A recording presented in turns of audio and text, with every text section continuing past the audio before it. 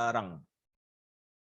Okey, Assalamualaikum again kepada Tuan Asrul dan juga penonton di YouTube channel Kimi Abdullah, you guys dalam sesi private coaching bersama Tuan Asrul. Okey, Tuan Asrul, nyatakan business you Tuan, silakan. Okay, Assalamualaikum. Dengar suara saya? Dengar. Right. Saya Asrul Hussein, founder kepada produk Kambing Chop Pak Bilal. Basically business adalah dalam bidang F&B. Okay. Masa sekarang kita memang ada mengeluarkan produk kambing perap yang mana kita menggunakan sistem agent lah. Dan pada early November hari tu kita dah start buka kedai lah untuk main kedai fizikal. Kita menjual ataupun kita menyediakan kepada para pelanggan kita set western food. Okey, lokasi kedai di mana Tuan? Sungai Ramal Dalam, Kajang. Sungai Ramal Dalam. Okey. Di Sungai Ramal ni di Bangi. Dia kawasan mana? Putrajaya. Dia antara Bangi dan Kajang, tapi alamat Kajang ya. Actually dia dah masuk dalam situ Bangi lah. Okey, fantastic. So, dalam sesi ni selama setengah jam dan kita akan tamat pada pukul 1:30. Apa yang saya boleh bantu Tuan? Okey. Saya start masa tu during PKP lah kan. PKP, so sekarang sistem agent ni dia macam dah makin sendu lah. Macam agent-agent dan stokis pun tak restock macam during PKP hari tu lah. Kan?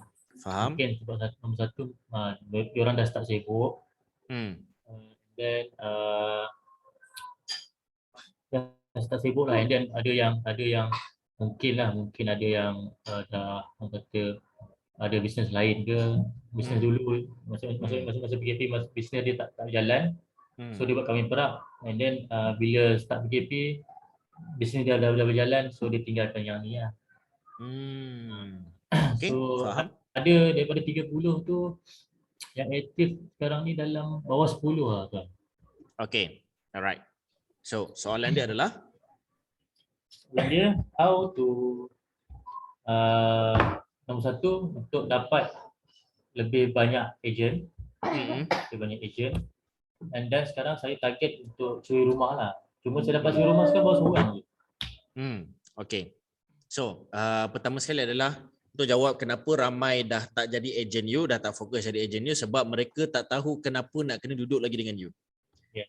Itu je. Sebab mereka dah dapat opportunity, mereka dah dapat peluang, mereka dah dapat tawaran yang lain selepas MCO habis.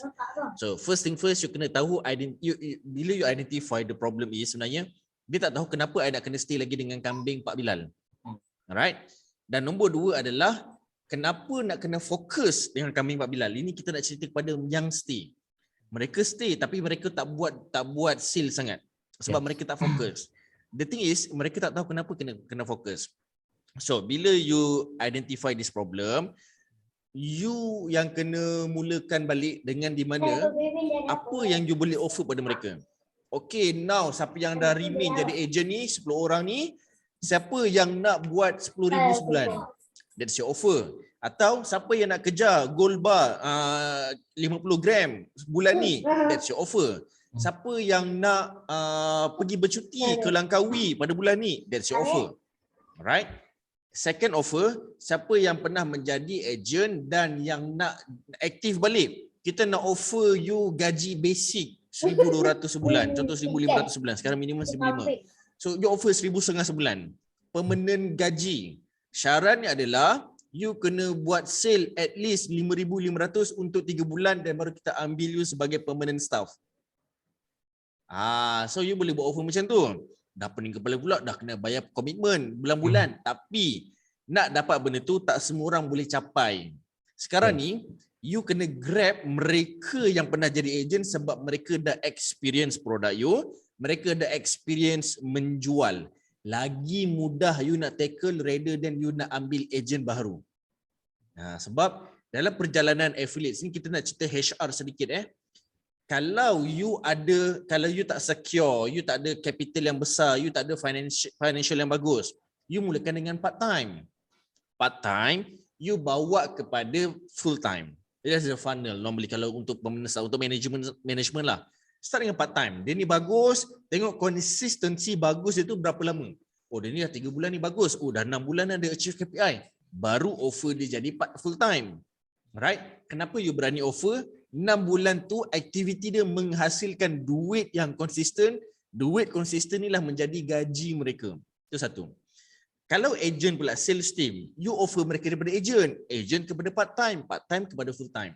That's funnel. Sebab mereka yang berpengalaman ni lah akan handle department sale. Sampai bila you nak handle sales? Sampai bila you nak handle jadi team leader? Leverage kepada mereka. Alright. So, soalan kedua you, macam mana nak ramaikan agent? Macam mana nak ramaikan agent adalah melalui agent itu sendiri. You kena sediakan platform, you kena sediakan sistem. Okey, kita ada 10 agent. Sekarang ni kita letak target. You kena wujudkan 5 mini agent bawah you. Kalau you ada mini agent, this is the offer. You senang buat kerja, dalam sesama sales you masih konsisten sebab you override sales mereka. Tu je, oh Allah, aku dah malas dah nak call-call orang, nak approach. Jadikan agent, biar agent yang approach klien. Kerja aku jaga agent je. 10 orang kali 5 mini agent, you dah ada 50 team you. Right? Lagi 3 bulan bagi offer. Okay, mini agent, kita nak you naik pangkat jadi agent. Cara nak naik pangkat jadi agent adalah you kena ada 5 mini agent bawah you. Agent you dah double up, triple up, scale up. You tak perlu fikir pun. You hanya offer kepada current agent, current team supaya mereka yang membuat aktiviti tersebut. You tak payah risau dah. Yang you kena risau macam mana nak sediakan platform, macam mana nak sediakan sistem, macam mana nak sediakan offer. Tu je. Yang pasal mini agent tu dia macam mana? Maksudnya dia still agent lah. Yang mini agent tadi. Alright. Sekarang ni dia agent. Dia kena hasilkan mini agent. Syarat untuk jadi agent kena jual berapa banyak? Dia kena ambil dekat saya dalam 20 pack. Okey, 20 pack. Contohlah mini agent at least kena ambil dalam 5 pack atau 8 pack. Wajib. So mini agent offer dia commission dia rendah sedikit. Kalau nak naik pangkat, okey contohlah agent berapa commission dia? Berapa persen? Satu pack tu dalam 18%. 15. 18%. Okey. Mini agent dapat 10%. Alright? So kat sini 10%. So siapa yang dapat mini agent, dia akan dapat override yang senang. Maksudnya dia just encourage mini agent dia dapat override mana-mana sales yang mini agent buat. So kat sini mini agent lagi 3 bulan next quarter. Okay, mini agent sampai bila you nak dapat commission macam ni? Nak tak commission you kita upgrade sedikit jadi 18%? Nak tak kita bagi reward you dan you mudah lagi buat sale? Caranya adalah you sekarang mini agent kan? Kita nak letak you dalam candidates untuk jadi agent 18% commission. Syarat nak pergi ke jalan ni adalah you wajib ada 5 mini agent bawah you. Dia akan automatically beranak you punya agent. Okay? Okay, masuk TV ni. Dalam contohlah seorang agent, bawah dia tu ada agent lagi. Betul. Itu dinamakan mini agent. Biasanya nama dia mini agent lah. Bawah mini agent dropship, mini agent, lepas tu stokis, lepas tu master stokis, lepas tu distributor, master distributor, VVIP distributor ke, I don't know, tengok layer dia. Okay. Tapi yang ni you dah kena ada fokus lah, kena ada perancangan. Berapa banyak tingkat yang you nak letakkan kepada agent you. Sebab kalau you nampak berapa banyak tingkat, baru you tahu, oh kita boleh allocate percentage siap-siap. Oh you dah boleh letak apa requirement siap-siap. Kalau nak jadi stokis, kena wajib ada capital. Okay, kena contohlah, stokis wajib restock 100 seminggu. Dia kena ada capital berapa belas ribu. Dia kena ada agent berapa ramai bawah dia. So you dah ada structure tu kalau you nampak overview dahulu. You nampak clear picture. Dan baru you senang nak offer mereka. Yang ni you kena susun tu structure balik lah. Ini ada kelas yang untuk agent. Untuk kita besarkan agent. Yap. Itu yang kita buat dalam Salesforce mentoring. Apa Salesforce? Stokis mentoring, agent mentoring. Itu yang kita buat every week selama setahun. Oh. Salesforce mentoring ni itu nama program. Dia sebenarnya adalah program untuk stokis dan juga agent. Stokis dan agent ni kita kumpulkan dalam satu training yang kita akan buat pada satu malam pada setiap minggu. Contohlah, I buat untuk Lunabel dengan Yang Living. Lunabel hari Jumaat, Yang Living hari Selasa. So, kita akan jumpa setiap minggu untuk setahun. Agenda dia selama 52 minggu. 52 minggu ni kita belajar apa? Kita akan ajar dia untuk branding, untuk marketing, untuk buat personal branding, untuk buat sale, untuk buat huge sale, buat sale 10,000, 20,000 sekali jalan, buat proposal. Lepas tu kita akan ajar dia macam mana nak recruit, macam mana nak kembangkan team, macam mana nak jaga team. Kita akan ajar benda tu semua.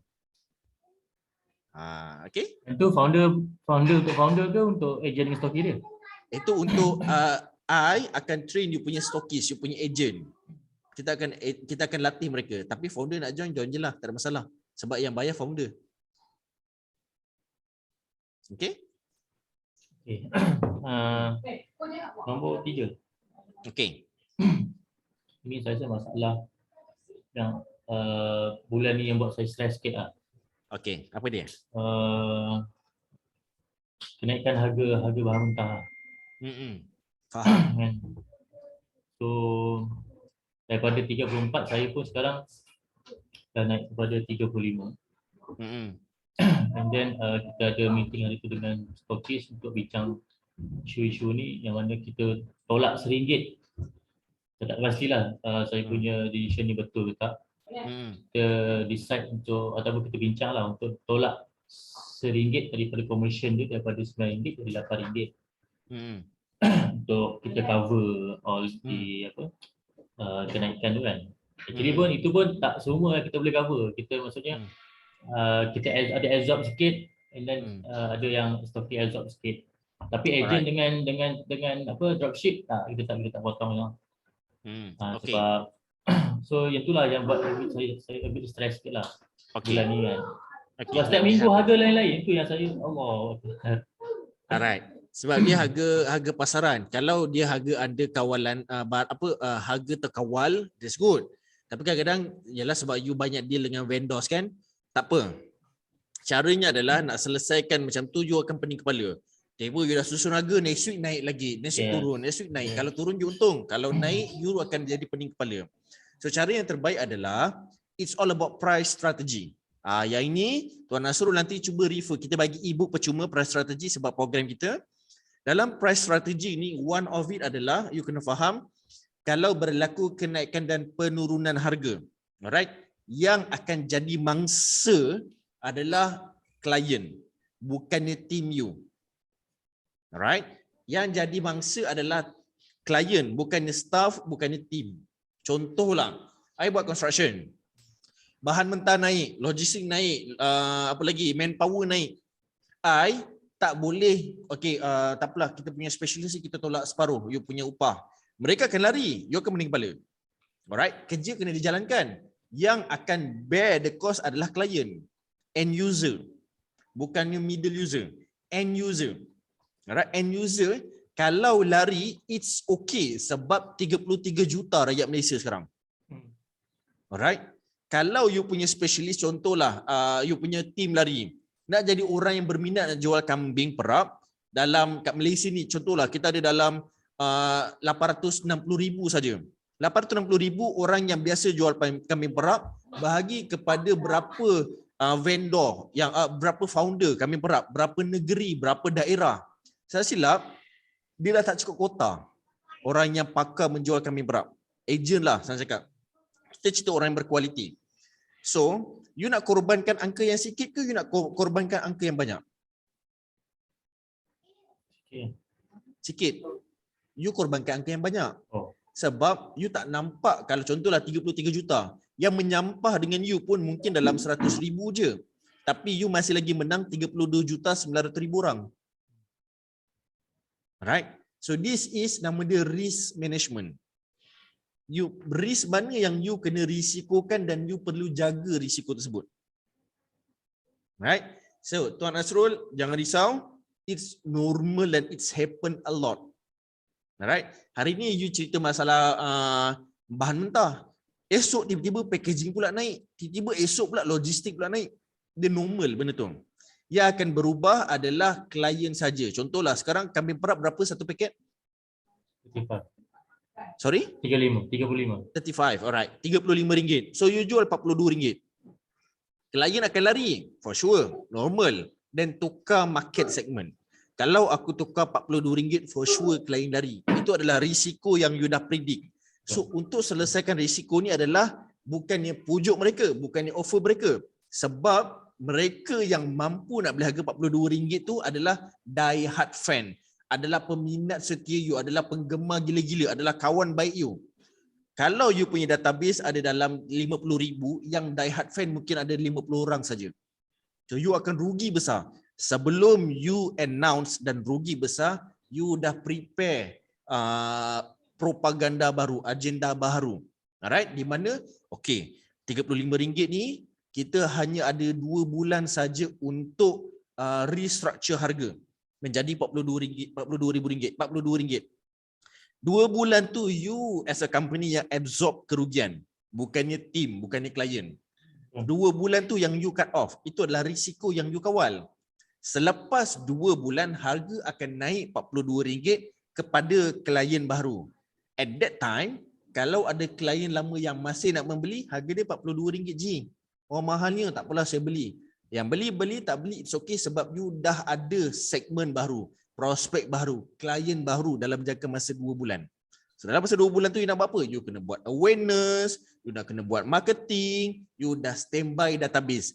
Cukup je 2 bulan, you launch RM42 punya harga. So waktu tu you tak rasa sangat impak perbezaan klien kurang dan klien terlebih. Okay? Boleh tuan? Boleh. Okay, fantastic. So, ini ada things yang mungkin saya boleh bantu tuan dalam jangka masa 3 minit? Saya yang run apa untuk yang food court tu baru 2 minggu lah. Tapi saya belum maksimalkan penggunaan kios tu lagi. Sebab sekarang saya banyak fokus untuk malam sajalah. Tapi still ada dalam perancangan untuk breakfast dan lunch. Okay. Cuma yang dengan lunch saya akan JV dengan another vendor lah. Bagus idea tu. So maksudnya untuk sarapan kita akan buat nasi kerabu kami bakar. So nasi kerabu tu saya JV dengan satu vendor. Untuk tengah hari pun dipanggil nasi kukus kauk. Kauk itu pun kita akan JV lah. Dan kita akan saya just supply, bukan supply dia, saya just letak saya punya kami bakar je dekat on the plate. So itu untuk 2022 punya projek lah, insyaAllah. Okay, fantastic. Alright, so you dah nampak gambaran dia? Dah nampak.